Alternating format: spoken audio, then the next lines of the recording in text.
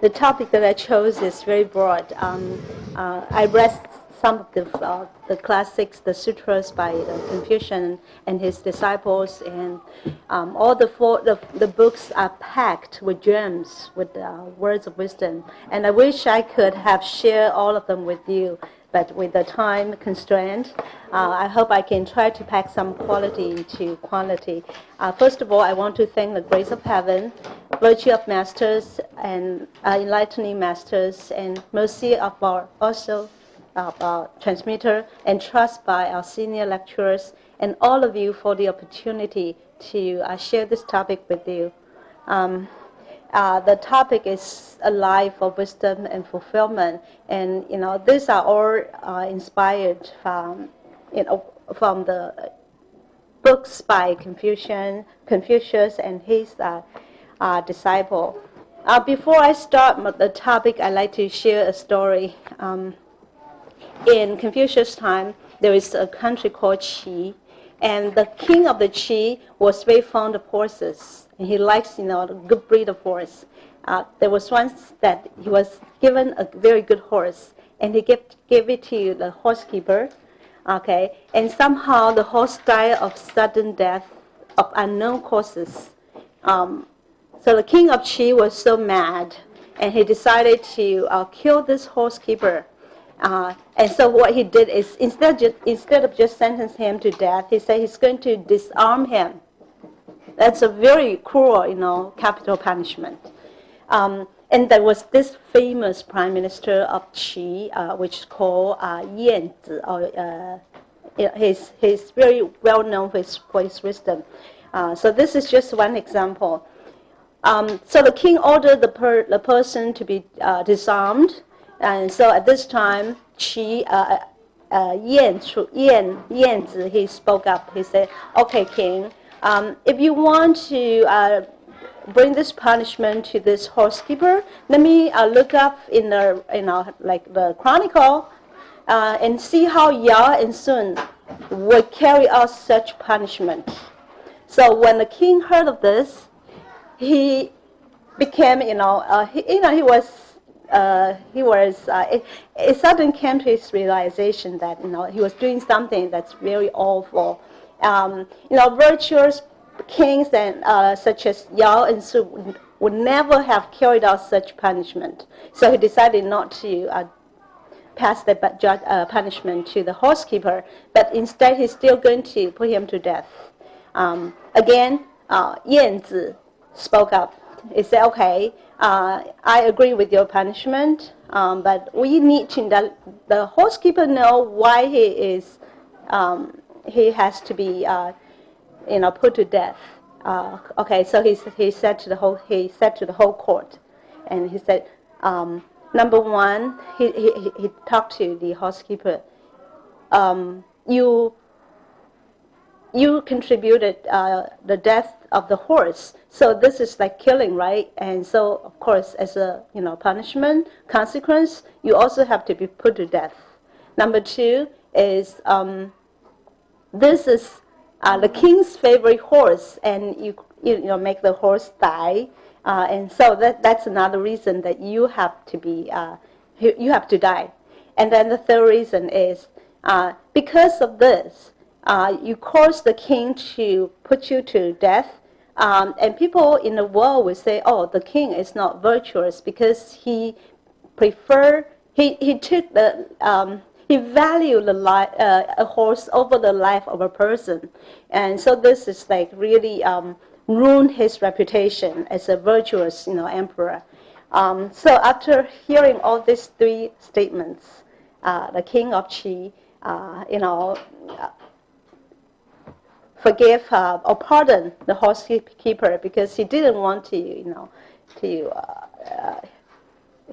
didn't want himself to pass down in history as a person, we say cruelty, a person that has no virtue. And so you see, with this wisdom, actually, Yanzi had taught, a lot of lessons, to save a person's life, and also to teach the king a good lesson about being, virtuous and about, the right way of doing things.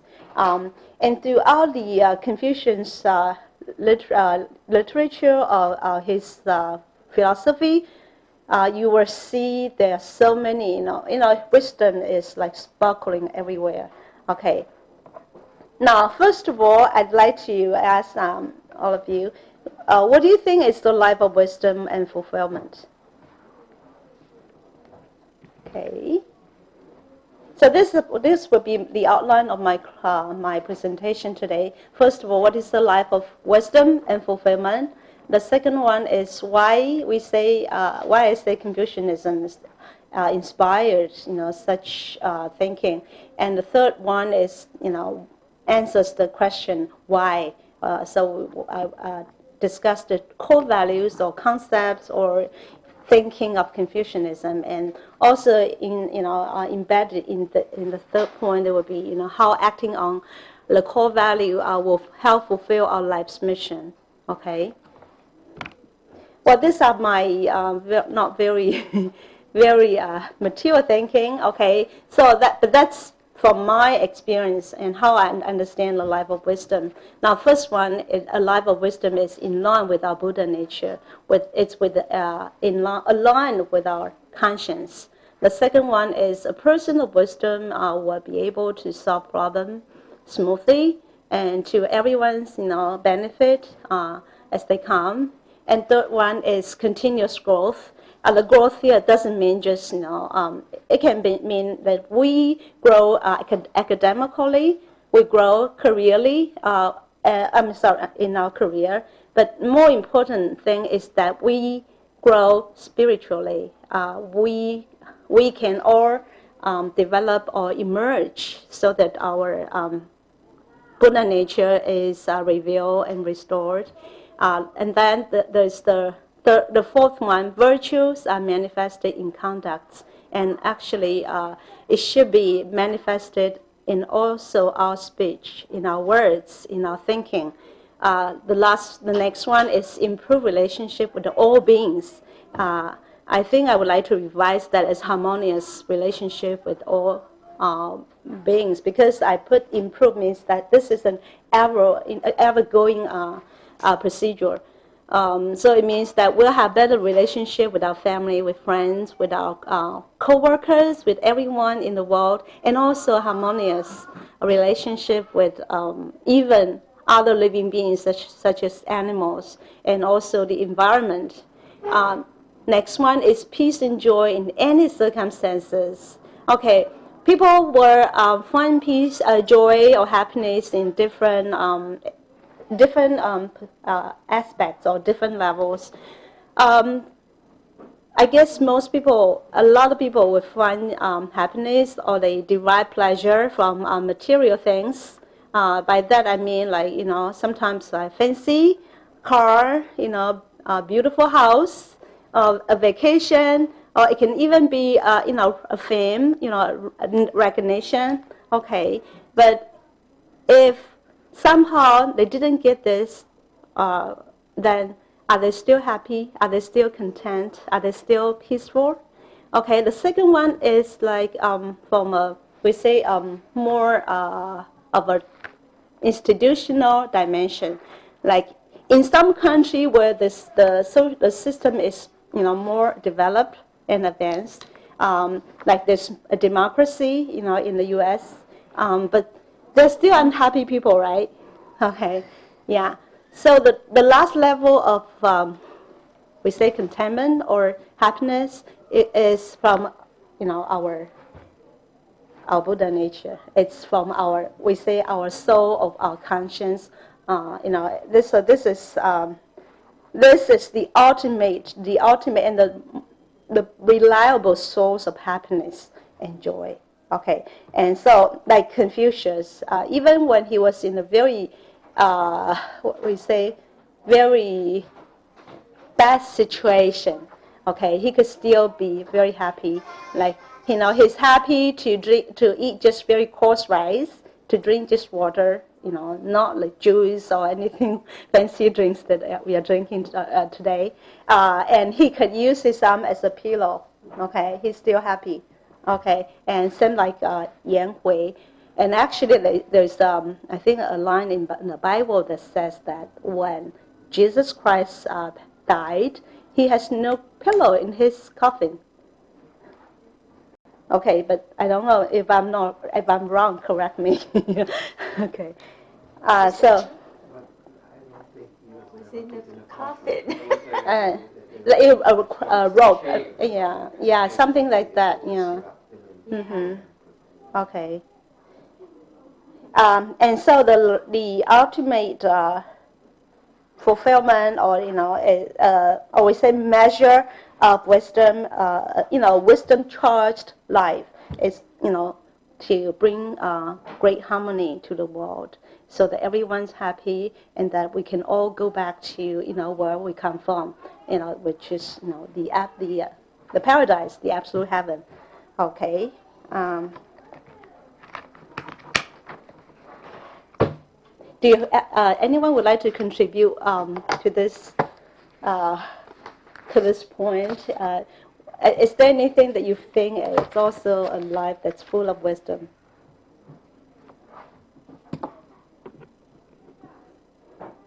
Okay.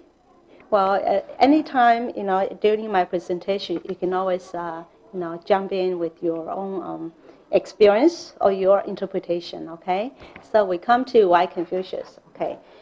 Um, we know that, Confucius' classics and his philosophy has really stood the test of time of more than, 2,500 years test of time.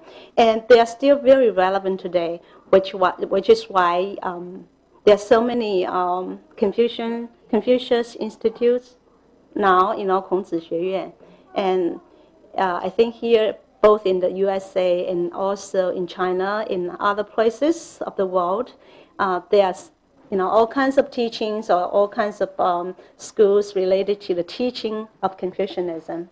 Actually, I read a news story from last year, May of 2015. They say that the Eastern philosophy, including Confucianism or Confucian's teaching, was among the top selected courses in Harvard. There's the professor of history called Michael Poet, I think. He said that when he conducted classes on the analytes, the biggest classroom in Harvard was packed. And so it was the third most popular topic or selected courses in Harvard. So that says a lot, right? Okay. And because Confucius also stressed the importance of, relationship within the family, in the society, and also relationship with the we say heaven and earth, with the universe. That's why it's very helpful, because we all are living among people. And when we want to bring order and peace to the world, then we need to improve that relationship. And this is where Confucius' ideas and insights can really, help us. And also Confucianism, he emphasized the internal strength. He emphasized we all have this the Buddha, he doesn't say Buddha nature, but he says we have this internal, or we say innate wisdom in us, so we can be self-reliant. So we don't, when we need something, when we want to accomplish something, everything really, lies in us. Okay, we don't have to really look for external strength, but of course sometimes some external means or external help are also very important and very critical. And then, so if you look at the first quote that I put on the side, Ralph Emerson, the American philosopher, he once quoted as saying that Confucius should be regarded as a glory for all nations in the world. Okay, and then there's the Sweden physicist who said, if mankind is to survive, it must go back to 25 centuries in time to tap the wisdom of Confucius. And actually, I took this from an article. This is from the Canberra Times. You know, Canberra, the Australian, it's the capital of Australia. Okay, there's a story about, that's associated with this. In 1988, at the invitation of the French president, right? It's President Mitterrand, François Mitterrand. 75 scientists, including 35 Nobel Prize laureates or the Nobel Prize winners, they gather in Paris, in the Palace of Élysée, right? Yeah. Okay, they came to discuss the promise and also the threat facing humans. Okay, and so let me just finish this one. Okay, so after the many rounds of discussion, so Dr. Hans Alfven, he came up with this, and it was kind of applauded by all the participants. Okay, and at that time, okay, I think I will take a break here. First of all, I want to thank Lecturer Kai for correcting me.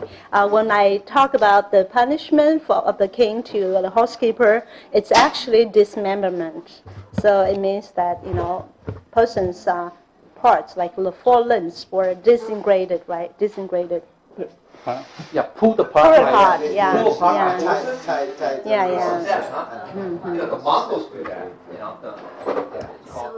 yeah, they put the the entire limbs will be removed Yeah. before the body dies. That's horrible. Okay, thank you. Okay, let's go back to the topic. And if you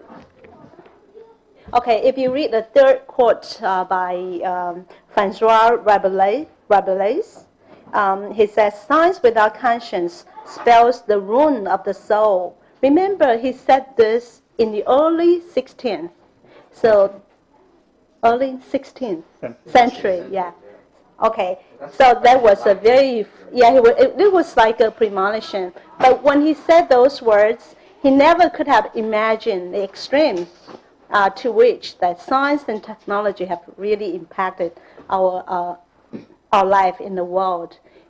So there's another very we say insightful scientist who said that there's so much contradiction between science and we say conscience, technology and ethics, that with the development of science and technology, there should also be the increase in the development of human wisdom. Otherwise, this is becoming, science and technology is developing so fast that it has also become, although it gives us the promise of a better life, but it also has become a threat to our world today. And this is why Confucius' philosophy is so relevant today, and it's going to be so helpful. Let's now get to the theme of this. So what are the core values of Confucianism? Number one, it says we have heaven's mandate, okay? Or in other words, this is our life's mission. The second one is the oneness. Confucianism states that, we will talk about that in detail. There's oneness, there's continuity or consistency, okay? And then there's the 5 cardinal relationship. Remember, we all have parents, we all have family, relatives. We are not like the Monkey King that just pop out of the stone. Okay, and then Confucius also stressed that we all have the conscience. This conscience is what we also talk about, the Buddha nature that we talked about at our temple. And then there's the 5 constant virtues and the 8 virtues. And there's the sincerity or honesty. This is really a very fundamental concept in Confucianism. And because of that, then we have benevolence, we have reciprocity, And another important concept in Confucianism is the middle path. We say doctrine of the mean, or it's the moderation, okay? And then the introspection. This is also what Buddhas and saints often encourage us to do, is to look within, to reflect on ourselves. And then there's the discretion in solitude, or in we say cautiousness in privacy. Okay, and then Confucius also is the one who invented this idea of nobleman versus a petty-minded person, or we say 小人 in Chinese. Okay, and then there are also paragraphs in the Analysts that talks about how we know a person, how we can. I'm sorry, a man. Okay, and then Confucius also spent a lot of time talking about the importance of learning and how we learn. And lastly, Confucius is the perfect example as an educator. He's an exemplary teacher, not just in knowledge, but in our spirituality. Okay, now I'm going to go into each and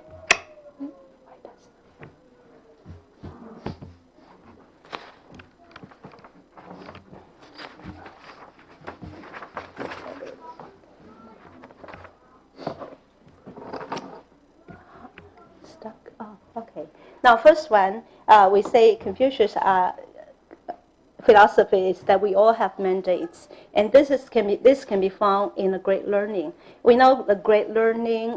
It talks about virtue, talks about conscience, but it's from a higher plateau. Okay, it's because this is Great Learning, so it's the learning for the great man. The great man here you can almost translate it as noble person, a person that has high aspiration, who has good virtue. Okay, so he says, let me see, Ashley, can you read, please? Um, the way of great learning is to manifest our right virtue, to inspire others to make a fresh start, and to let them arrive in a state of perfection. Okay, thank you. So this kind of lay out our mission in our lifetime is to, you can say, to also to engage in the self-improvement or self-refinement process. In the process, we also awaken others to their own potential, and so they can also make a fresh start for themselves. So together, we can all arrive in a state of perfection. Okay. Well, actually, you can also find some of these idea in the 10 great vows that we took. When we go through the initiation ceremony. Okay, you can relate to that. And again, Confucius said that we all have this mandate, and we all have this, the we say the Buddha nature or the true nature in us. So in the doctrine of the mean, in the beginning chapter, Zi, which is the grandson, and also one of our patriarch, said what heaven confers is called the nature. Following the nature is the way, and cultivating the way is called education. Okay. Now, education here, I don't think this is really a very expressive word or very accurate. Well, actually, it means to, cultivating the way is really to transform us, to reform us, and so that we can all get rid of some of the, we say, cloudings that's covering up our true nature, our conscience. Okay, so this kind of this gives us a sense of purpose, a mission. In the past, before I joined the temple, I also have some aspiration, but mainly they are just like career aspiration, or that I want to have a comfortable living. But I never imagined that I could also be a Buddha. If I said that to my mom, she would say, "Oh, you're sacrilegious, right? You're not being religious." But because at the time I didn't know about our potential, about the the heaven's mandate in us. So after I heard, I came to the temple and learned about all this truth and the principles. I think we can have a higher expectation of ourselves. And as we know, if we really truly follow our Buddha nature, follow our so-called conscience, then we can all become attendee perfect enlightenment. Okay. Now, when this mandate applying to our physical world or the human world, there is okay.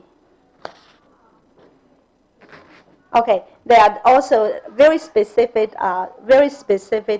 say, task or duties. Okay, as found in the Great Learning, it says to cultivate oneself toward perfection, harmonize one's family, and put one's country in order, restore peace to the world.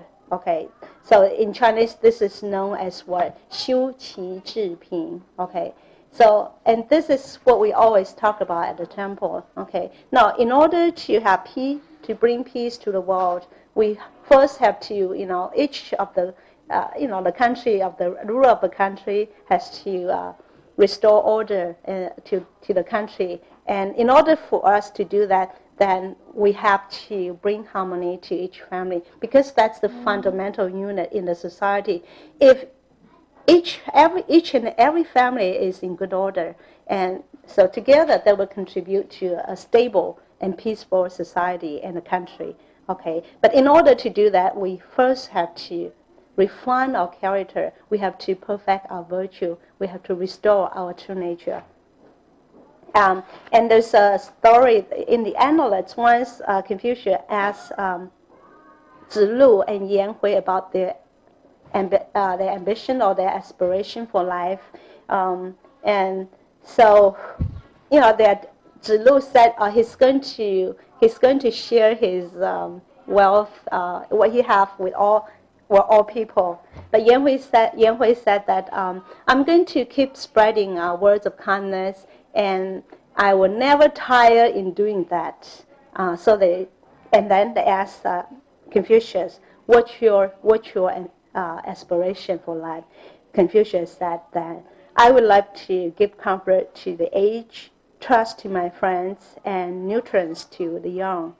So this actually is another way of saying, talking about our heaven's mandate. And this can also be found in the 大同礼运篇, right? 礼运大同篇, which is the ideal for world harmony. Okay. Okay. Let me see. Vivian, can you please read this paragraph? When the perfect way prevails, the world is a home shared by all. Virtuous and worthy men are elected to public office, and capable men hold posts in society, peace, and trust among all men are the maxim of living. All men love and respect their parents and children, as well as parents and children of others. Thus is the world of great harmony. Okay, so this is the world we all should strive for, and it does not just happen with just we say plans and dreams. We have to really do something to make this happen. Okay, to realize this dream. Okay, and then I'm sorry, I have to really go fast. Yeah. Okay. Now, Confucius also talk about oneness. Okay. First of all, heaven and I are one. Okay. Now, by that we know we all are. You say like the materials of nature or the universe. Okay. But then someday we also will have to go back to where we come from. Heaven has its virtue and bright wisdom, and ours, and we through cultivation and refinement, we can also become as wise and as virtuous as heaven, and thus we can all go back. Okay, there's a American poet who said that this lifetime is we must never cease exploration. And at the end of the journey, we will return to where we started. Okay, I guess that also refers to what we talk about as returning to the absolute heaven. So we come to this earth to cultivate ourselves, to get rid of the unwanted attachment, so we can really perfect our virtue. And so we will return to where we started or where we came from, but we are a reformed person. We are a person, a perfectly enlightened person. The second one is people and I are one. This is also very important thinking philosophy. Okay, and we talk about that in our Tao community. We all come from the same source, and we are like siblings. Okay, so if there's no distinction or differentiation between you and I or he and her, then the world is a place of harmony. And then the heart and speech are one means that we talk what we think, right? We don't think one thing, but we say another thing. Okay, so, and the last one is internal cultivation and outward conducts are one. So these are just some of the continuity that Confucius talked about. We learn about all this truth and principles. We also try to improve our character inward. But cultivation shouldn't be just kept to ourselves. Like people, the cultivators from different periods of time. Like we say, we have talked about the red period. There are people who would secluded themselves from the rest of the society. They would just stay in stay far away from people. But we are not in that type of era. And our goal, remember, our mission is to help people. So we have to demonstrate that compassion and that quality outward to make a positive impact on the people. So we must say what we do what we say. Okay. And then this 5 cardinal relation we've already know. Okay. So if we really can do our part in all this relationship, we all do our parts well in our role, then that also contribute to an affectionate and a very harmonious world. And the other thing I like to talk about, this is also a very important concept in Confucius, and I remember when we talk about the 3 treasures, we often talk about this. This is the conscience. Okay, well, people sometimes would do good deeds or would be kind, but there are different reasons. Like because there's the law or the social regulations that kind of compel us to do something right. Okay, but what if the law does not exist, or like I told you an example. Someone was running a red light because he didn't see the police, right? So if there's no such binding or no such external regulations, will we still do good things, or we still obey the rule and the regulations? And there's also motivations because one has the religious belief. Like people who are in Buddhism or in other religions, they might do a lot of good deeds because they think there's going to be good consequence, or we say reward. That's the causality. But Confucius said that the real kindness really stems from our conscience, and this is, never ceasing. Okay, it's always there. Okay, so this conscience is something that's always reliable. That really it's regardless of time and place. Okay, or circumstances, because it's in there. And this is what we talk about, the internal strength or the internal wisdom of each individual. Okay, now because of this conscience that Confucius talked about, then we have the 5 constants, and the 8 virtues. Okay, and again, we avoid just talk about that in our other classes. You can read this afterwards for yourself. Um, and again, from this conscience, that they derive a very important concept, which is sincerity. Okay, this sincerity is also our true nature. Remember, Lecture Tai showed us a little diagram last week when we talked about the 5 constant virtues. Sincerity is in the very middle.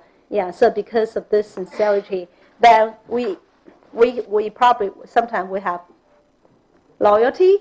So sincerity can translate into different quality, like loyalty. Okay, like in the case of Zhong Yi Daxian, who sacrificed his life in order for other people. That's loyalty and courage, right? And also benevolence. And sometimes it can also translate into righteousness or persistence, like Confucius, who would tirelessly went through from one country to another to propagate his ideal of world harmony. Okay, and this sincerity can also be as simple as a student who studies very hard because he's a student and his main duties is to study hard. Or it can be also like a mother who would get up many times in the evening to tend to the baby, right? That's true sincerity. Okay, let me see. Rachel, can you read this paragraph from the Doctrine of the Mean? Sincerity is the way of heaven. To be sincere is the way of man, country, in order. Sorry. Huh? Restore, please. No, don't worry about it. The sincere displays. Sorry about that. Let me read it. Sorry. Okay, because I guess I was doing copy paste and somehow it got into the wrong place. So to be sincere is the way of man. Okay. So the sincere displays sincerity ungrudgingly, and he achieves it without thinking and stays in the middle path effortlessly. Okay, so in Chinese it's like he doesn't. It's a 不勉而中, and you don't have to. You don't have to really make great efforts to be sincere because that's already in their nature. And so a person who can do that is a sage. Okay, a sage is a person who really has that true sincerity, who has that innate Buddha nature. Now he who wants to be sincere will find goodness and adhere to it unwaveringly. Okay, so this is talking about what is sincerity? Okay, sincerity is the way of heaven. We know heaven is very sincere. It's being very true, right? It does what it has to do. Like in the daytime, it's the sun rises, and in the evening, in the dawn at the dusk, the sun sets and the moon rises. Okay. Also, heaven is impartial. It does not shine more on one person over another person, okay? So it shines on all and it rains on all, okay? So this is the way of heaven. And for us as a human being, we need to learn from the way of the heaven, that is to be sincere, okay? Because without, when we go to the next slide, you would know that when one is perfectly sincere, he foresees things to happen. Therefore, the extremely sincere person can be compared to supernatural being. Okay. Um, so, so when a person is very sincere, it means that he is very true to himself, to his Buddha nature, and 24/7, his Buddha nature is with him. So sometimes we have come across people with some supernatural power. I'm not talking about people with some other magical or but a person who really has cultivated to and so that person have that we say the ability to foresee things. Yeah, because he already had very bright wisdom and very bright virtue. Nothing is covering up his wisdom, and that's why he's like a supernatural being. He can see things. Okay. Also in I think it's in the Analects, it also talk about how a sincere person can tell from signs something, all kinds of signs that something good is going to happen or something bad is happening. Okay. Uh, Eric, can you please read it? Sure. Sincerity underlies everything, from beginning to end. Without sincerity, there exists nothing. Therefore, a man of fine cultivation values sincerity most. Okay, thank you. So, without sincerity, there exists nothing. Yeah, this is from the doctrine of the mean. It says 不成无物. Okay, if we don't have that sincerity, we cannot accomplish anything. Okay, well, we might be able to do something for a short period of time, but that's not going to last forever. And sincerity is a very important value or concept that I learned from the doctrine of the mean, and gives me a lot of benefits in life. When sometimes I'm falling short of my goal or I'm not doing well in some area, the only thing I would think about is, am I being sincere? Do I give it my all? Do I really put all my efforts into it? Do I really have that, we say, the faith in what I'm doing? Okay, so this is something I'd like to share with us. And sincerity is really the fundamental, or the foundation of all other virtues. Okay. Do you have anyone has anything to add on, or do you have any experience about sincerity that you'd like to class?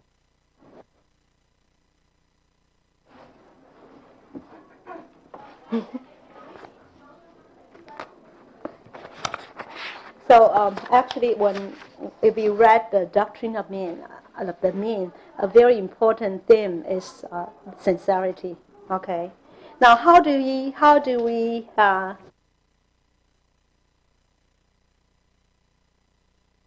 this is from the great learning. In order to achieve our life's mission, then there are four other steps that we have to do. And the very first one is to 格物, which means to get rid of our attachment. Actually, the 物 here means attachment. So it's not just like our grief for material things. It's also our resentment or our craving for recognition, for fame, or for social status and things like that. Okay, so Mencius, in his book The Mencius, he talk about in cultivating one's heart, nothing is more important than having no desire. Okay, okay. In China it says 修心莫let me see. It's something like 修心莫善于寡欲. Okay, it means to have no desire.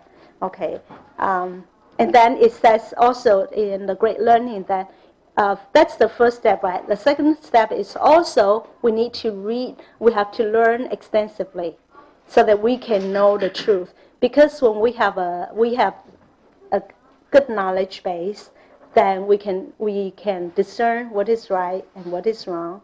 Of course, that's all based on our Buddha nature, our conscience. It's not just based on, we say, the secular concept. Knowledge. Yeah. Not just intellectual knowledge. Mm-hmm. Mm-hmm. And also, there's another step towards sincerity is that we also to set our heart proper and straight. Okay.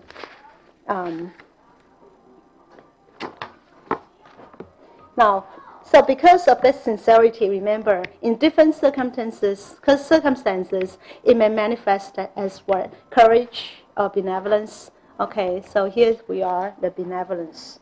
Okay, so benevolence is, like the very basic is, filial piety and brotherhood. Okay, that's very fundamental. And filial piety and brotherhood in Chinese means 孝悌. This is the cornerstone of Confucianism. Okay. Um, Now, talking about brotherhood, there's a story about Confucius. He had a friend who died, but this friend was downright broke. He was penniless. When Confucius heard of this, he sponsored a gasket, and he also casket. Okay, and also kind of arrange a funeral for him. Okay, that's how um, his attitude towards a person. He's not just close to person or power or social status or wealth. He's more closer to people who are in need. Okay. Um, Confucius also said that benevolence is not hard to practice. There are people who say, okay, if I have a heart of benevolence, that's good. I'm not trying to harm anyone. But it's also very important that we actually put that into practice. It's not just in the thinking or in the saying. We have to actually do it, okay? And it's not hard to do it. So for Confucius said, is ren, which means benevolence, far away. If I aspire for ren, it's right here. So everything is in our heart, whether we have the willingness, whether we have the determination to really carry out the ren, right?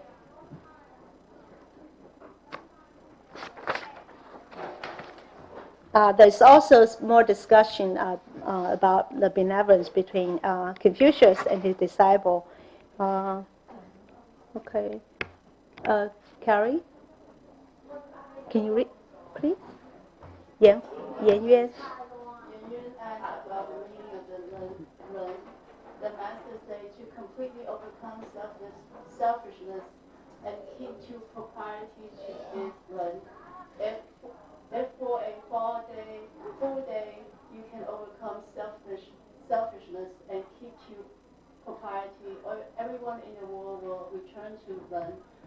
Does Ren come from oneself or from others? Okay, thank you. Okay, so actually, if we can really discipline ourselves or overcome our selfishness, and also conforming to propriety, okay, keep to propriety, then we are being ren. Actually, we talk a little bit on propriety. That's also very fundamental in Confucianism. Everything has to be done in the context of propriety, then it will be proper, then it will be perfect. And so if a person can, for a full day, really do something, self-discipline oneself, when we can really self-discipline ourselves, we won't do any bad things, we won't have any bad thoughts, then we are already returned to benevolence. And so he also said that ren actually comes from oneself, but not for others. Um, and Yan Hui, Yan Yuan, he continued to ask about how we can carry out the benevolence of the ren. Okay, so Edison, please, can you read? Yan Yan asked, may I ask in further detail how this is to be brought about? Confucius said, do not watch what's improper, do not listen to what's improper, do not speak improperly, and do not act improperly. Yan Yan said, although I'm not so perspicacious, I will apply myself to the teaching. Okay. We all know that Yan Hui is a favorite disciple of Confucius because he really followed the words of Confucius very earnestly. Okay, so when he asked about how we can bring out the benevolence in us, in others, then Confucius says the four don'ts. Okay, we are in the temple for a long time, so we all know what are the don'ts. Okay, it's the watch, listen, speak and act properly. Okay, and so Yan Hui said he may not be so worthy, right? So bright, but he said he's going to, do it accordingly. Okay, and so that's something we all. Anybody know what perspicacious means? Perspication? It means perceptive. I mean, that's one dictionary meaning. Awareness. Awareness. Oh, okay. Okay, thank you, Lecture So Card. it's like awareness from your Buddha nature. Uh-huh. That's what it's That's what it means. Okay. Well, we know that Yan Hui, he's always very humble. Yeah. He's very modest, and sometimes people thought he's being very slow.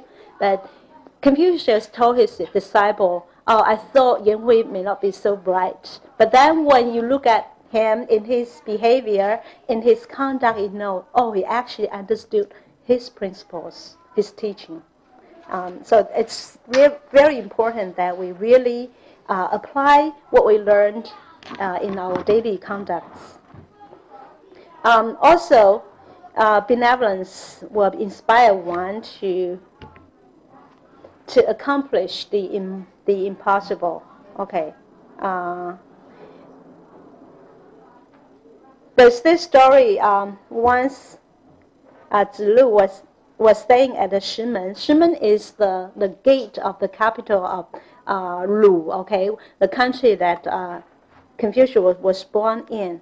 And so the morning god asked Zilu. Zilu is one of Confucius' disciple, and he's known for his courage.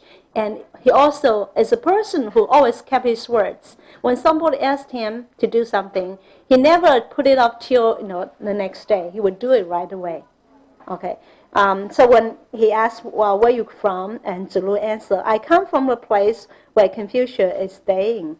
The god then said, oh, the one who tries to do what can be done. Okay. So this is talking about how Confucius, in spite of so many oppositions and setbacks, he will still go from country to country to propagate his idea, and his idea for, we say, govern with benevolence. In Chinese, it's 仁政, right? And and also to transform people with propriety and the etiquettes. So in our Tao, we know we do not just cultivate ourselves. We do not just spread Tao in a very smooth circumstances. It's actually in a very adverse circumstances that really can determine whether we are very resolved, we are very firm about our belief in this in our belief, and that it's actually in some circumstance, in difficult situations, that we can really bring out the best in us. So these are when there are adverse conditions, these are very good opportunities to really improve ourselves, to make us stronger. Anything, do I go too fast, or anything you would like to add? Always just jump in. Okay.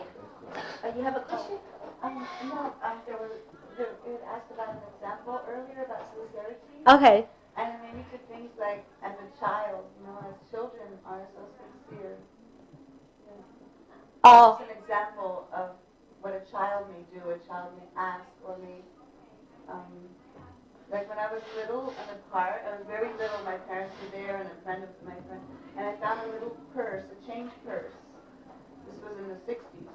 And I said, oh, look what I found. And my dad and mom said, throw that dirty old purse away. And then it happened to open. He said, but there's money in it. And then the adults came around and they divided it. And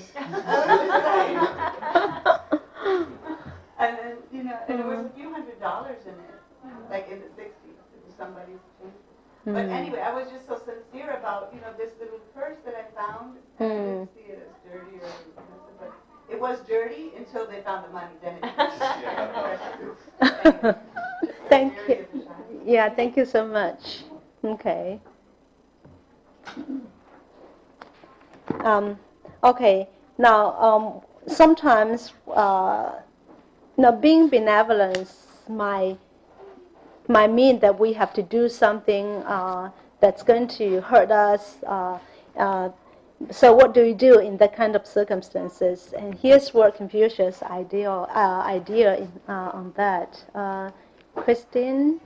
The master said, the earnest officer with a truly humane mind, the friend, will not save his life if it requires him to sacrifice for his humaneness.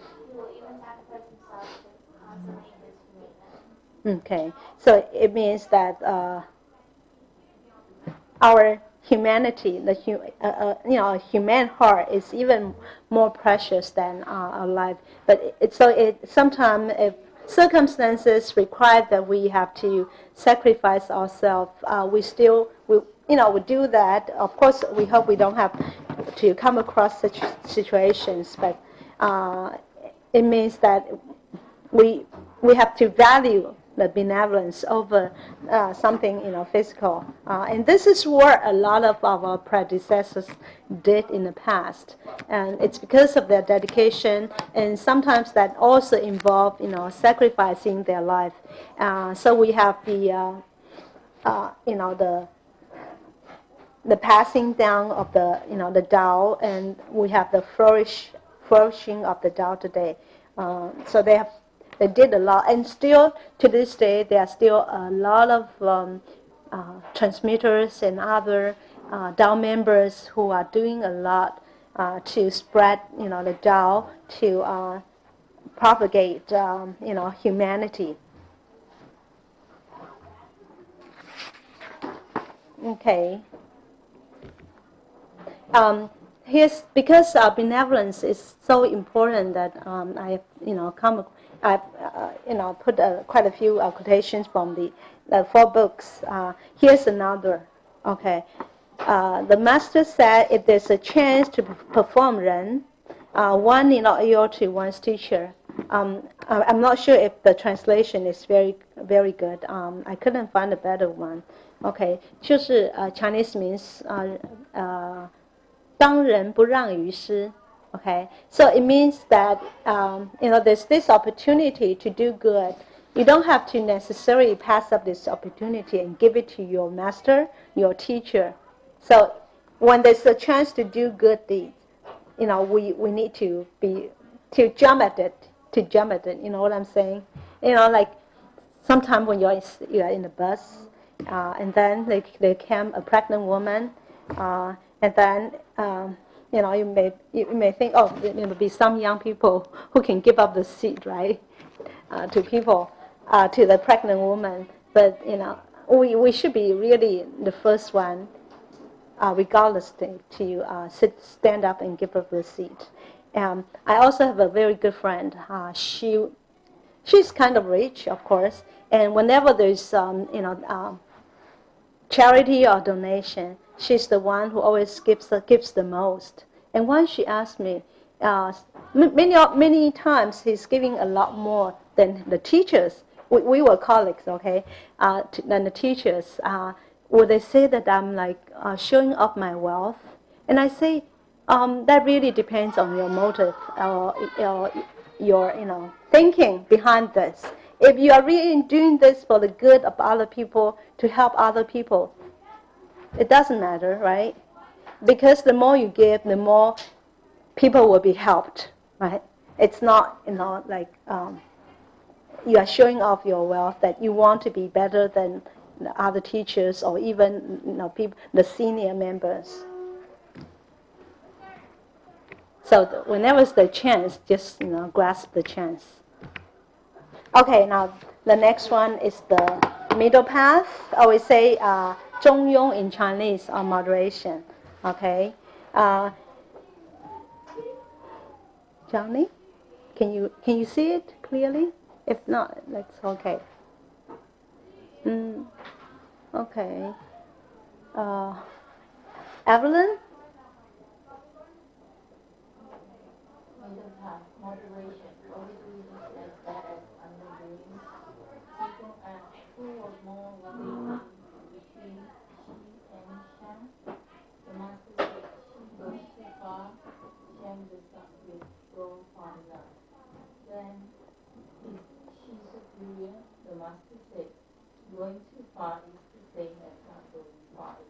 Okay. So in Chinese, this is known as 过犹不及. Okay. So overdoing it is not necessarily better than underdoing it. Okay. So everything there's a balance. There's always a balance.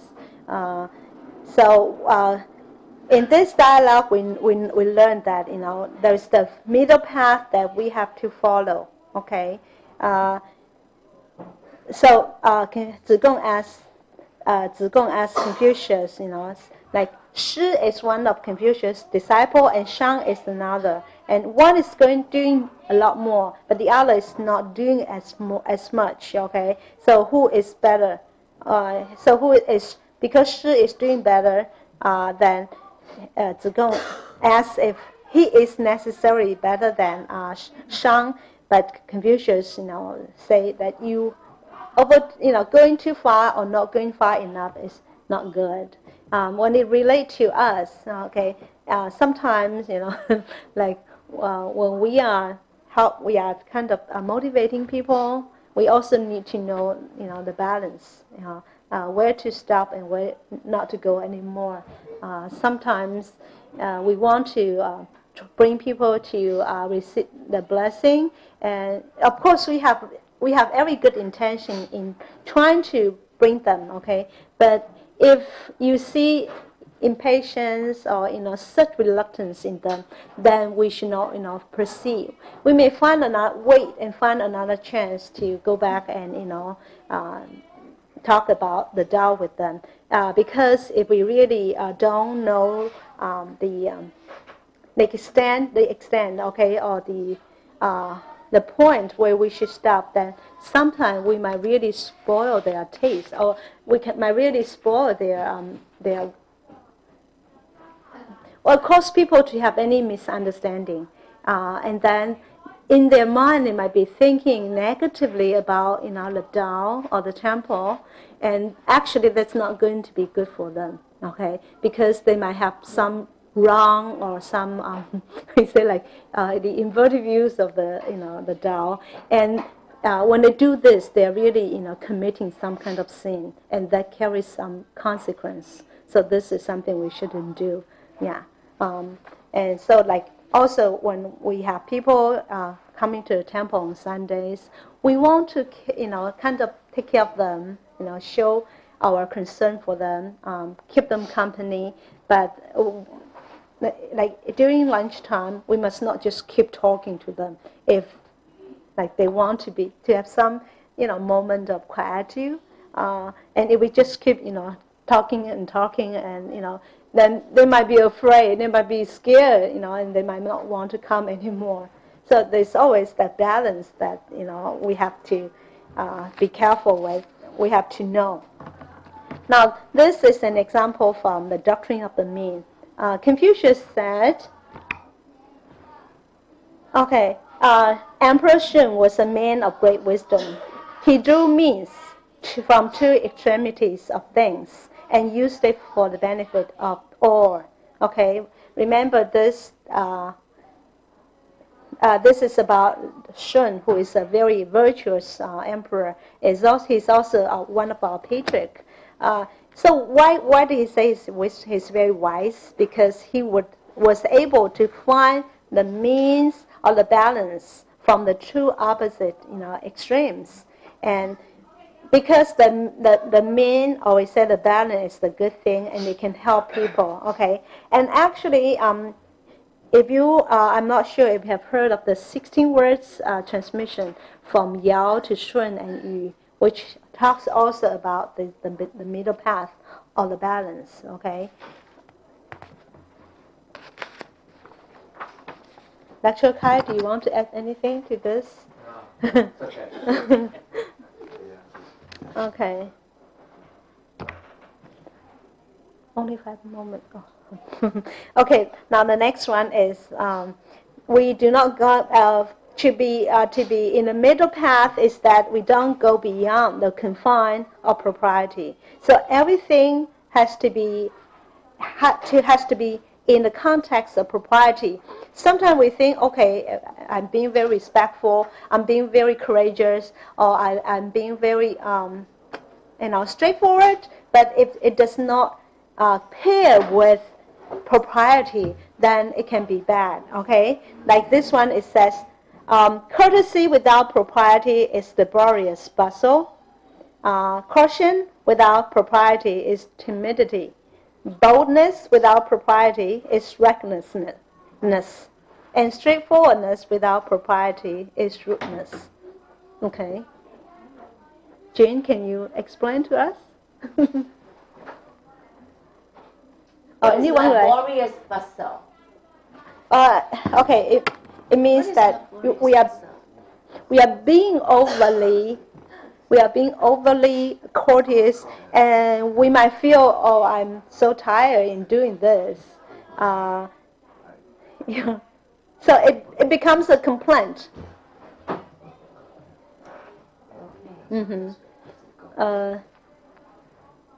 Anyone else? So, okay, Claudia. Ask the definition. Could we have the definition? Because I'm not qualified to do it. Oh, it can be. Asking the definition of propriety. Oh, propriety, right? Yeah. Okay. So propriety is actually the outward manifestation of our Buddha nature or of our conscience. It means that whatever we say is proper, is in line with our Buddha nature. It shows our benevolence. It shows our righteousness. It also shows our faith and our wisdom. Okay. So everything is proper. Propriety is also includes etiquette, common courtesy, kindness. This is all propriety. Mm-hmm. So there should be always a very good balance. Sometimes, I used to be a person who are always very courteous, but sometimes I'm over courteous to the point that the other person feels very tired. Being in my in my company, because especially for the old, there are people who want to be more relaxed in our etiquettes, but I'm still very very rigid with all this etiquettes. Then the person might feel that's like a pressure, right? Like a burden. Okay, and then caution without propriety is timidity. So it means that we shouldn't be overcautious. Although we have to use caution, we have to be careful in what we are doing. But if we are overcautious, then we always have this fear, we have this apprehension before doing something. Then the result is that we might never, take the first step. So that's timidity. That's not, something. Fear, right? You'll have just Yeah. an irrational fear. It's not rational, just fear. You become fearful of everything, which is wrong, right? I mean, that's extreme. See, the key is neither extreme. Buddhists will say, that's two extremes. You don't go to extremes. Basically, the analog to talk about the middle way. It's the middle way. Mm-hmm. So in everything, right? In everything, we have extremes, right? And so we have to be careful. So when we are courteous, we follow propriety. Obviously, sincerity is the base, but you already talked about it. Yeah. Should be the cornerstone. Not cornerstone, foundation. Foundation. Sincerity is always the foundation. Then within sincerity, you have courtesy with propriety, right? Yeah.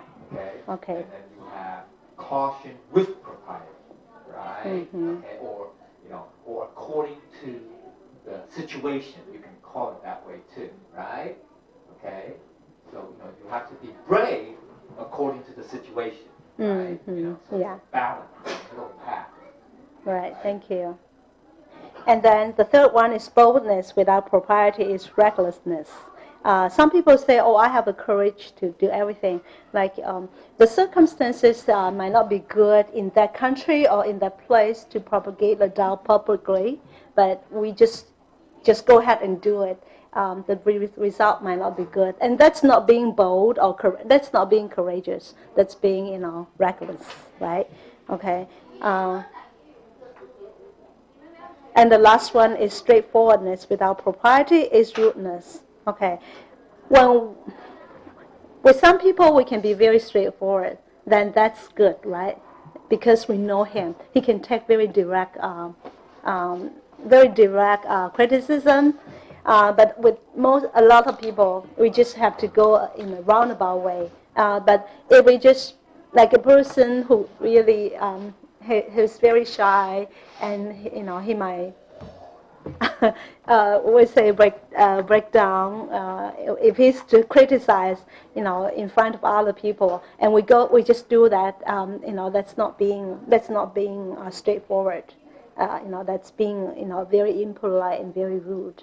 So we just have to have that kind of that mindset when we are applying, doing all the courtesy is good, caution is good, boldness is good, straightforward is good, but it has to be done with consideration to who we are doing this and in what circumstances we are doing this.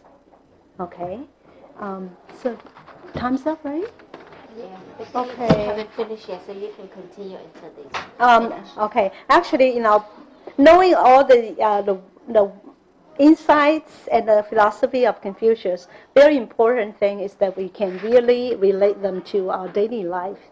Okay. So I guess I'd like to hear your perspective or your experience. So after you have heard all this so far up to this point.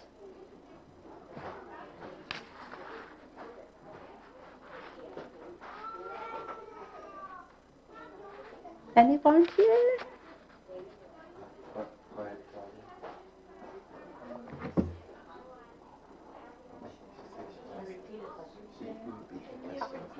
Oh, okay. After you have heard all of these insights and all these thoughts by Confucius and his disciples, do you have anything that that you can relate to your daily life, or your own experience or your perspective, your take of all these ideas? Well, I mean, like on the way here, I met, there was an elderly lady on the bus, 96 years old. She was she didn't know how to get where she was going. So I said, okay. So I took her off the bus and got her on the train. And I wanted to take her all the way to 145th, but then I realized I would be very, very late, if not there already. So I ended up taking her to 42nd, and I got off and I took the 7th. But that was like, I would have been more extreme. Like, in me, I wanted to take her to the doorstep of her city, and put her in the seat. But anyway, so I kind of like was able to balance it and still Yeah, hope that's that I'm good. not too, about getting in late. But okay. someone was telling me that I shouldn't have that kindness and like mercy for people is not first. That knowledge and something else I should be putting first, and I'm doing it the wrong way. But I can't change that because that's just. No, you're doing it the right way. It's just Yeah. how I am. Yeah. She's doing it the wrong way. Yeah, so we need more and more people who are willing to take a loss, who are willing to sacrifice our own gain or interest, so that the world of great harmony can really happen. If everybody's still thinking that I only care about what I have, what I gain, and I want to put up a very strong front, and it's just like Chiu Kai said, that there's the very strong ego, then there's not going to be harmony in this world. There's not going to be mercy or compassion. Yeah. And again, all these principles, they are good, but they are only good when we really apply them to our daily life, when we can really manifest them. Otherwise, they will be just knowledge, and they are good for nothing.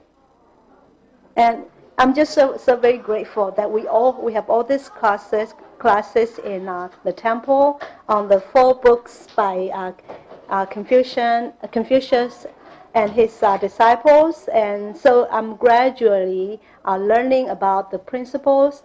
And there are also situations, I come across situations when I can really use some of his insights to tackle the problems. And so I I think I'm a bit wiser than I was before. And sometimes when something happened and I was able to solve the situation smoothly, and so I'm just very grateful for all this opportunity to learn from sutras and also to learn from all the fellow cultivators here. Okay.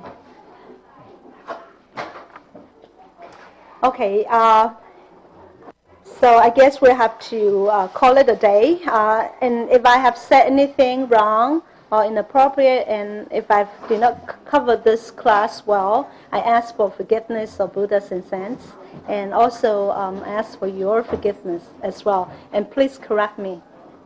Thank you.